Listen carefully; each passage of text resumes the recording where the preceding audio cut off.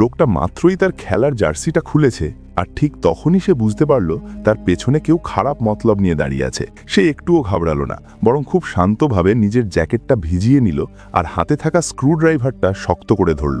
লোকটা সরাসরি ঘুরে দাঁড়িয়ে বলল, বেশি কথা বলিস না, হয় হাত চালা আর না হয় এখান থেকে কেটে পড়। ওই দাড়িওয়ালা লোকটা জানতই না তার সামনে ঠিক কি বিপদ অপেক্ষা করছে। শিয়াও হেই এক ঝটকায় তাকে ধরে ফেলল এবং ঘুরে দাঁড়িয়ে এমন এক মারাত্মক স্পিনিং কিক মারল যে এক আঘাতেই লোকটা কুপোকাত হয়ে গেল। দাড়িওয়ালা যন্ত্রণায় কাতরাচ্ছিল।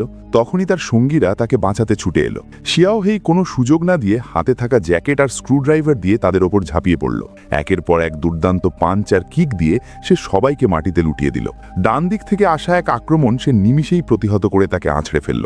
এরপর শিয়াও হেই সামনে এগিয়ে আসা গুন্ডাদের দিকে রাগী চোখে তাকালো এবং শূন্যে লাফিয়ে উঠে এক অজেয় ড্র্যাগন কিক মেরে লড়াইতের ইতি টানল। এই লোকটার নাম শিয়াও হেই। জেলখানায় থাকা অবস্থায় কেউই তার সাথে লাগতে সাহস পেত না। জেল থেকে বের হওয়ার পর সে একটা ছোট গেস্ট হাউসে গিয়ে উঠল। সেখানে থাকার মূল কারণ ছিল ওই এলাকার আশেপাশে চলা মাফিয়াদের আন্ডারগ্রাউন্ড ফাইট। সেখানে জিততে পারলে হাজার হাজার ডলার পাওয়া যায়, কিন্তু হারলে তার পরিণতি হয় ভয়াবহ। শিয়াও হেই ভিড়ের মধ্যে দাঁড়িয়ে শান্তভাবে খেলা দেখছিল। তখন রিংয়ে লড়ছিল এক রোগাটে শরীরের কাউবয়, কিন্তু তার বিপরীতে ছিল প্রায় 500 কেজি ওজনের এক দানবীয় পালোয়ান। তাদের পেছনে বাজি ধরেছিল দুই বড় মাফিয়া বস, একজন পিংটু এবং অন্যজন এলাকার ডন জেমস। লড়াই শুরুর আগে পিংটু তার লড়াকু কাউবয়কে সাহস দিচ্ছিল এবং বলছিল তার গতিকে ব্যবহার করতে, কিন্তু রিংয়ে নামার পর বোঝা গেল আসল শক্তির সামনে কৌশলগুলো মাঝে মাঝে একদমই কাজে আসে না। ওই দানবটা কাউবয়ের মাথায় এমনভাবে আঘাত করতে শুরু করলো যে সে পালানোর পথ পাচ্ছিল না। দানবটা তাকে পশুর মতো পেটাতে থাকলো এবং এক পর্যায়ে কাউবয়ের রক্তের রিং ভিজে গেল। নিজের লড়াকু যোদ্ধার এই করুণ অবস্থা দেখে পিংটু বাধ্য হয়ে খেলা থামিয়ে দিল এবং জেমসের কাছে $10,000 বাজি হেরে গেল। হারার পর পিন্টু রাগে গজগজ করতে করতে গাড়িতে গিয়ে বসল। দুই চুমুক মদ গিলতে না গিলতেই দেখল পেছনের সিটে কেউ বসে আছে।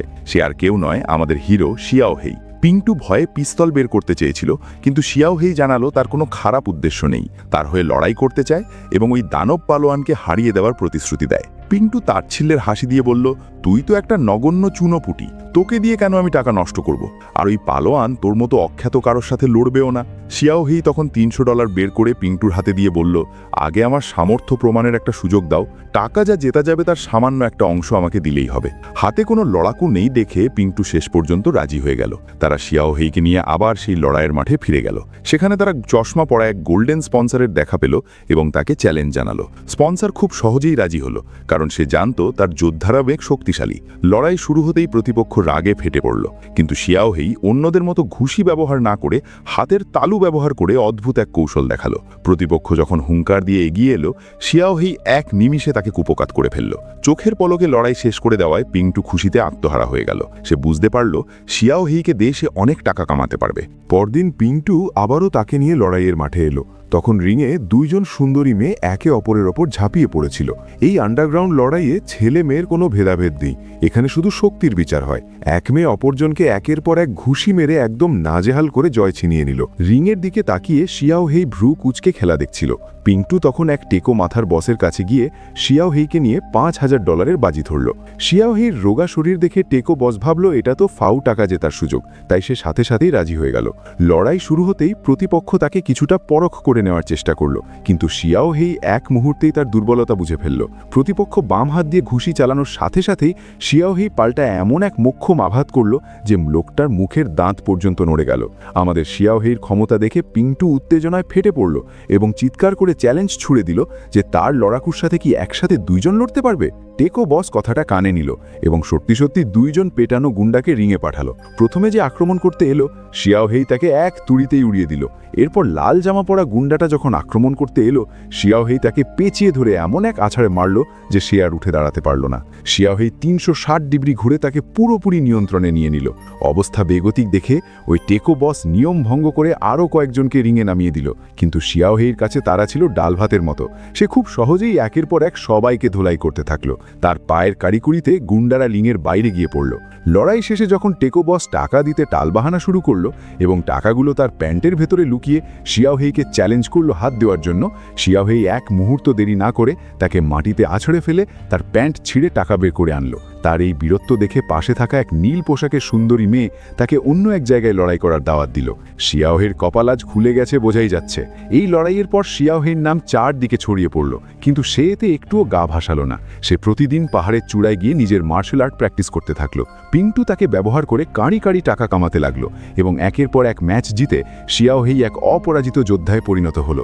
অল্প সময়ের মধ্যেই পিন্টু তাকে নিয়ে আরও বড় কোনো পরিকল্পনার দিকে এগোতে থাকলো। জেমস আবারও চ্যালেঞ্জটা গ্রহণ করে এবং সেই বিশাল দেহী দানব কনরাডকে শিয়াওহের সামনে লেলিয়ে দেয়।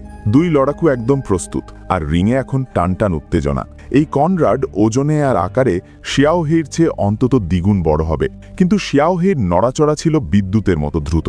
কনরাড তার বিশাল হাত দিয়ে শিয়াওহেইকে ধরার চেষ্টা করলেই সে নিমেষে সটকে পড়ে তার পেছনে চলে যাচ্ছিল। কনরাড কোনোভাবেই তাকে বাগে আনতে পারছিল না। শিয়াওহেই সুযোগ বুঝে তার পিঠের উপর এমন এক জোরালো কিক মারল যে বিশালদেহী লোকটা কয়েক হাত দূরে গিয়ে ছিটকে পড়ল। কনরাড রাগে হিতাহিত জ্ঞান হারিয়ে পাগলের মতো আক্রমণ করতে শুরু করল, কিন্তু শিয়াওহেইর ডিফেন্স ভাঙা ছিল অসম্ভব। সে কনরাডকে নাচিয়ে ছেড়ে দিচ্ছিল। এক পর্যায়ে শিয়াওহেই শূন্যে লাফিয়ে উঠে পরপর কয়েকটা ফ্লাইং কিক মারল। সেই আঘাতের তীব্রতা এতটাই ছিল যে কনরাডের দাঁত পর্যন্ত নড়ে গেল। শেষমেশ শিয়াওহেইর এক মারাত্মক চাবুক কিকের আঘাতে কনরাড রিংয়ের ওপর ধপাস করে পড়ে গিয়ে আর উঠতে পারল না। জেমস এবারও বড় অঙ্কের টাকা হারল, কিন্তু আশ্চর্যজনকভাবে সে মোটেই অখুশি হল না। শিয়াওহেইর অসাধারণ লড়াইয়ের ধরন দেখে সে মুগ্ধ হয়ে গেল। জেমস শিয়াওহেইকে তার প্রাসাদে দাওয়াত দিল এবং তার আসল মতলব খুলে বলল। সে চায় শিয়াওহেই তার হয়ে আন্তর্জাতিক আন্ডারগ্রাউন্ড ফাইট খেলুক। সে যদি ডেভিড নামের এক ভয়ঙ্কর যোদ্ধাকে হারাতে পারে তবে পুরস্কার হিসাবে $5 মিলিয়ন পাওয়া যাবে। শিয়াওহেই সাথে সাথেই রাজি হল না। সে ভাবার জন্য সময় চাইল। আসলে শিয়াওহেইর লক্ষ্য টাকা ছিল না। জেমস যখন দেখল টাকা দিয়ে কাজ হচ্ছে না, তখন সে তার সুন্দরী স্ত্রীকে পাঠালো শিয়াওহেইকে প্রলুব্ধ করার জন্য। জেমস শিয়াওহেইকে একটা বিলাসবহুল ঘরে নিয়ে গেল যেখানে তার স্ত্রী অপেক্ষা করছিল, কিন্তু শিয়াওহেই অন্য 10টা পুরুষের মতো ওই সুন্দরীর মোহে পড়ল না। সে পকেট থেকে একটা পুরনো ছবি বের করে ওই মহিলার সামনে ধরল। ছবিতে দেখা যাচ্ছিল ওই মহিলা আর তার আসল স্বামী হাসি মুখে দাঁড়িয়ে আছে। কয়েক বছর আগে এই শয়তান জেমস জোর করে ওই মহিলাকে ছিনিয়ে নিয়েছিল এবং তার স্বামীকে মিথ্যে মামলায় জেল খাটিয়েছিল। সেই জেলের ভেতরেই শিয়াওহের সাথে লোকটার বন্ধুত্ব হয়, কিন্তু জেমস ছিল খুনি প্রকৃতির। সে জেলের ভেতরেই সেই দাড়িওয়ালা গুন্ডাকে দিয়ে লোকটাকে মারিয়ে ফেলেছিল। মৃত্যুর আগে ওই লোকটা শিয়াওহেইর হাতে ছবিটা দিয়ে তার স্ত্রী সন্তানকে দেখে রাখার অনুরোধ করেছিল। সব সত্যি জানতে পেরে মহিলার চোখের পানি আর থামছিল না। সে কেবল তার সন্তানের প্রাণের মায়ায় এই জেমসের সাথে থাকতে বাধ্য হয়েছিল। কিছুক্ষণ পর ঘর থেকে শিয়াওহেই আর ওই মহিলা এমনভাবে বেরিয়ে এলো যেন তাদের মধ্যে অনেক কিছু ঘটে গেছে।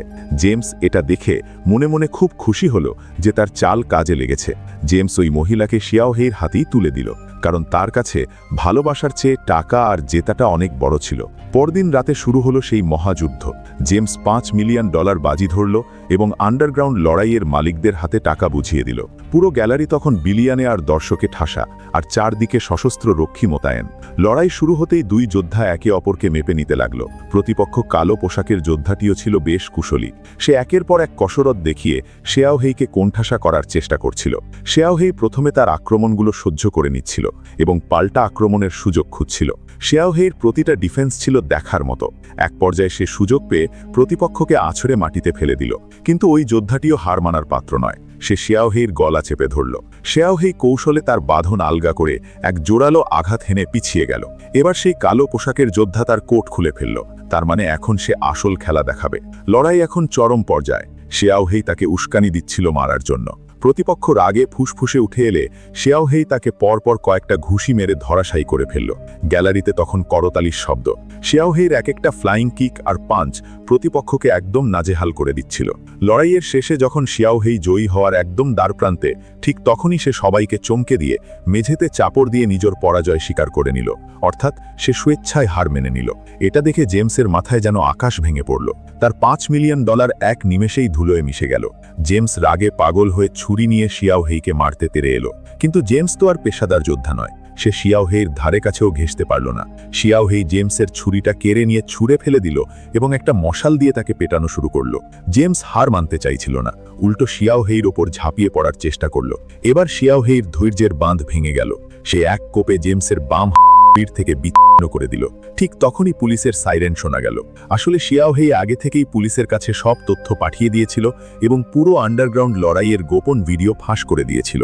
জেলের বন্ধুর খুনের প্রতিশোধ নিয়ে শিয়াওহেই শান্ত মনে নিজের ব্যাগ গুছিয়ে সেখান থেকে বিদায় নিল। এভাবেই শেষ হলো এক অজেয় যোদ্ধার প্রতিশোধের গল্প। ভিডিওটি ভালো লাগলে লাইক, শেয়ার এবং সাবস্ক্রাইব করতে ভুলবেন না।